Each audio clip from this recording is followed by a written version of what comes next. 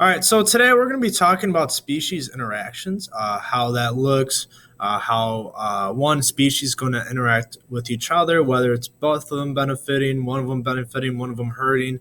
So we'll go and dive into that. So we talk about a case study with sea otters and a species that was in recovery. So what we saw was that an estimated 16,000 southern sea otters once lived off the California coast. What happened was different hunters were hunting these otters for their fur. And so what's really nice about their fur is that they're very hydrophobic, or what they're water resistance, essentially. Uh, and so what we see was that hunters, trying to think, trappers were like, hey, we're going to make a lot of money off these otters. So what happened was they would go hunt after them. And so by 1930, there was only about 50 left. And so in 1977, they declared that the southern sea otters were an endangered species, meaning that nobody could hunt them, that they're on the brink of extinction. And so since 1977, what we saw was that the numbers recovered to about 1900 in about 2014. These keystone species, this is considered a keystone species because this helped protect uh, the ocean, the sea. And what happened was the sea otters would hunt the sea urchins. What the sea urchins did were they would go after kelp forests and other things like that. So the sea urchins would go after the kelp and all the uh, aquatic species that determined that it was, good for those kelp. So this, whatever aquatic animal, whatever aquatic organism needed those kelp were fine with all the sea otters. But since all the sea otters were gone, what you saw was that the sea urchins population rose a lot. And so with it rising, you saw that the more sea urchins would go after the kelp. With less kelp, those aquatic organisms that depended on that kelp had to go somewhere else. They either would die or they would have to go somewhere else where there was kelp. So again, because we wanted that sea otter for its water resisting coat, it caused the environment to be negatively affected, because with more sea urchins, you saw with the rise in sea urchins that the kelp population decreased and affecting everything around it. But what we see is that there's five different ways in which species are going to act. So there's the intra or interspecific competition. So again, competition between different species. Predation.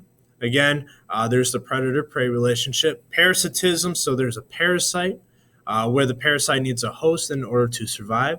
Mutualism. Essentially, I scratch your back, you scratch mine. Commensalism is when one species is going to benefit while the other one doesn't really get affected at all. And so what we see is that throughout different ecosystems is that all these interactions are going to affect how much resources are used. So food, water, housing, all that, and the population size of a certain species. And so the first thing we're going to talk about is competition. And what you're going to see is that all species are going to share limited resources, whether it's food, whether it's shelter, whether it's space. Species are going to compete for those different things. And so the different type of competitions that we see would be intraspecific and interspecific. What we see with intraspecific competition is that that's going to be competition for resources within a single species. So, for example, if we talk about humans, humans all the time are competing for different resources. We talk about competing for food, competing for housing, competing for land. What we saw in history and all that is that because um, with growing populations, we need more places to live. So we would attack other nations for more housing or for land and all that. With interspecific competition, this is competition between different species. And so usually what's going to happen is that one species is going to compete with another species, whether it's over food, housing, any type of resources, again, shelter, space, all that. You're going to see the two species are going to compete. Usually one species is going to outcompete the other, okay? And so what happens is that instead of those two species living within each other, peacefully they share, what's going to happen is that one species is going to annihilate. They're going to outcompete the other species. So let's say species one is the best one, the more efficient one. Species two is going to die. They're going to die out. Either in that area they're going to die or they're going to move, but either way, they're not going to live in that area. So again, what you're going to see is that their niche or their livelihood of those two species are going to attack each other or compete with each other, and the best one is going to win. And so again, what you're going to see is that in order to survive, competing species are going to evolve so that they have certain traits that allow them to use shared resources at different times in different ways or in different places. We see that with these different warbler birds. And so we look at this conifer here, and we see that the warblers are able to live in this tree. But the thing is that they divide the tree up so that they don't have to compete with each other. So, for example, we see that the Blackburnian warbler is going to live on the outside of the conifer that we see here. This black-throated green warbler is going to live in this top-tier area, but not so much on the top here. This is reserved for the Blackburn and for the Cape May. But this has its own little section here. The Cape May warbler is going to live at the top of the tree. The bay-breasted warbler is going to live in this middle area. Again, share the area with the black-throated green warbler. And then what we see is this yellow-rumped warbler is going to live towards the bottom of the tree. Again, they are able to adapt and they're able to evolve to the point where, they're going to live with each other and not try to overcompete with each other. Or else what you're going to see, instead of having these 5 warblers live together, what you're going to see is that it would probably be 1, possibly 2, whatever can outcompete and survive. So we move on to predation, and what we see with predation is that one species of predator is going to feed directly on a different organism or a different prey. And so again, what we see is that a predator, so for example, a fox would be a predator, would be hunting a rabbit. So that would be the prey. So the species is hunted. So again, what we see is that this predator-prey relationship is going to have strong effects on population size and other factors. So again, we kind of talked about this before with feedback loops and all that. Again, we saw that with the video that populations are going to go up and down. What we see is that if a prey population is high, the predator population is going to increase because of the abundance of food, because there's a lot of food. But if there's a lot of predators hunting that amount of prey, you're going to see that the prey population is going to decrease. And since there's less food, then the predator population will decrease. It's kind of like that roller coaster. And again, that would be an example of a negative feedback loop. But again, when we talk about predation, a predator is going to hunt the prey. The prey is what's being hunted. The predator is doing the hunting. And so how do predators capture their prey? Again, there's different methods in which carnivores are able to capture their prey, running and flying. What we see would be possibly an eagle going after a mouse. They would fly in and go after their prey. Bears also could go after certain things, whether it's fish and all that. They would run towards it. They could work together to hunt. So what we see with wolves, they're going to be hunting in packs. And so wolves are smaller than, let's say, a moose. But if you have multiple wolves working together, what happens is the multiple wolves can bring down one large moose. Okay, you could see an ambush. So what happens is, if you look at the Sahara Desert, or actually just Africa in general, with lions or any type of cat predator. They're going to be hiding and they're going to creep up on a prey and ambush it or attack it. Camouflage, you'll see that different animals will have camouflage, whether for protection or to attack things. So with camouflage, they're going to blend in with their surrounding. And then if a prey comes across it, it's able to go after it. You see this with a lot of insects and a lot of fish. They'll blend in with their environment and then attack when the time comes. And then chemical weapons, snakes, venom, usually. Snakes, if they bite into a mouse or they bite into any type of prey, it'll poison that animal or that prey and it'll cause it to die or get paralyzed so that the snake can't eat it. So again, when we talk about chemical weapons, again, anything that gives off some type of chemical that causes that prey to be weakened so that it gets eaten. So prey aren't completely helpless. Okay, there are going to be times in which they are able to avoid certain situations. And so prey have a lot of different things in which they can do in order to escape their predators. Because again, they do want to live. It's not like they're not born to die, right? And so there's different ways in which they could survive. Running, swimming, flying fast. Again, if they can outrun, outswim, or outfly their competitor or their predator, they'll be fine. If they have a highly developed sight, hearing, or smell. So again, when we talk about deer, for all of you deer hunters out there, usually you want to hunt with the wind blowing at you. You don't want to hunt downwind because what happens is your scent is going to be given off to the deer. And so if they smell you, they're going to avoid you. But if the wind's coming at you, the deer's not going to be able to smell you, so you'll be able to go after it. Physical protection, so shells or spines. So again, we talk about a turtle. In order to avoid it getting eaten by, let's say, a crocodile or a bird or a mammal, the turtle will hide in its shell so it doesn't get eaten by the predator. Camouflage, shapes, and colors. So again, instead of hunting something, the prey will blend in with its environment. Again, if the predator can't see it, it's not going to attack it.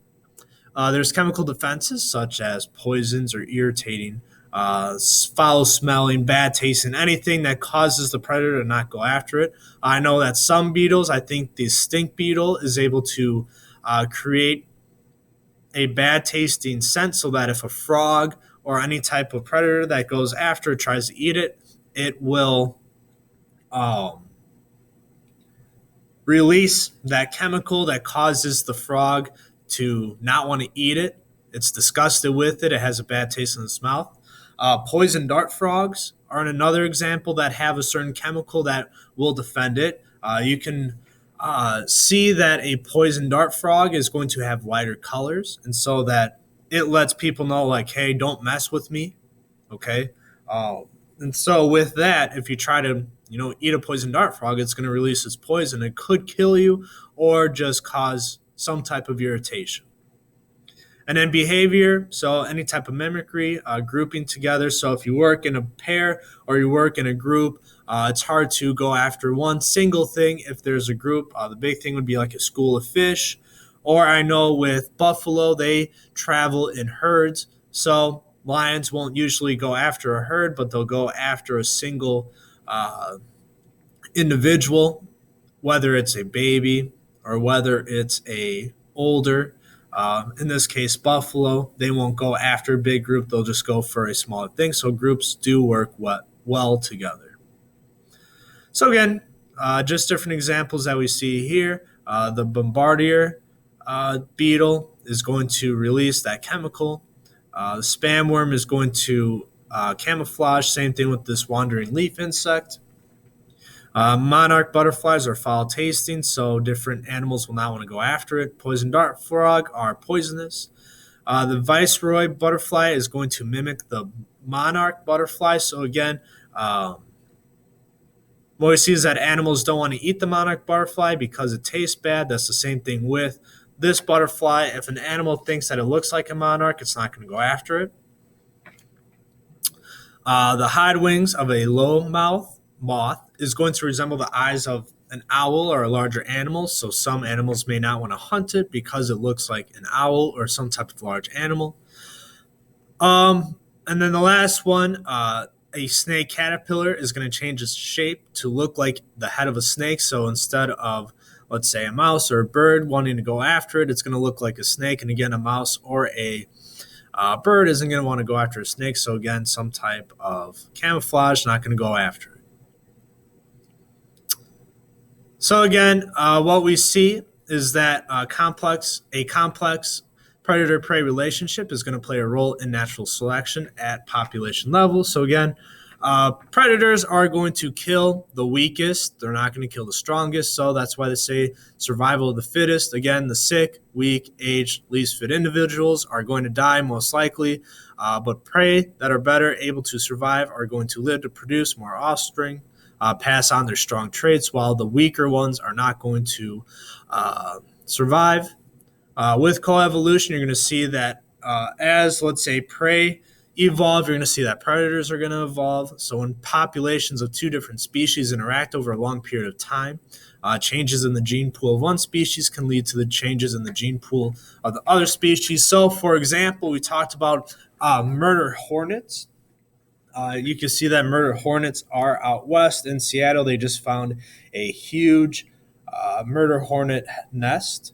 And so what happens is that the murder hornets and they do originate from Asia. And so the murder hornets will go after honeybees.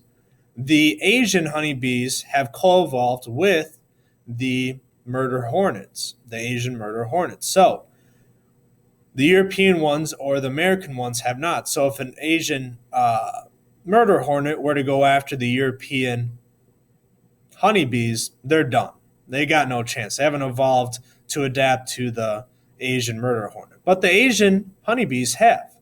And so what happens is if an Asian murder hornet were to go to a Asian honeybee nest, the honeybees are not big enough to go and kill it as a single individual. But as a whole, what happens is the Asian honeybees will go and they will trap the Asian murder hornet. And it'll cause the temperature inside that trap to increase. And so essentially what happens is the Asian honeybees will overheat and kill the murder hornet, the Asian murder hornet. So again, when we talk about coevolution, both the prey and predator are going to co-evolve with each other so that each one essentially has the upper hand. With parasitism, again, we talk about a parasite needs to have a host in order to live. So again, we talk about mosquitoes, ticks, tapeworms, all these different things. What we see is that the parasite is going to weaken the host, but will not kill the host because, again, why would you kill off your food when you can live off that host for X amount of years? So again, what we see here is that the parasite's going to just weaken it. Again, if a mosquito were to bite you, again, it's going to feed off you. But the reason why you start itching is because the mosquitoes release a certain chemical that causes the clotting of that hole. So that chemical causes the itchiness that you feel. But what we see is that essentially the mosquitoes are like, hey, we're going to feed off you, but we don't want to kill you. So we're going to make sure that you don't bleed out. Okay, so that chemical causes your blood to clot and essentially clog up that hole. Tapeworms may live inside you, and so they're going to take nutrients away from you.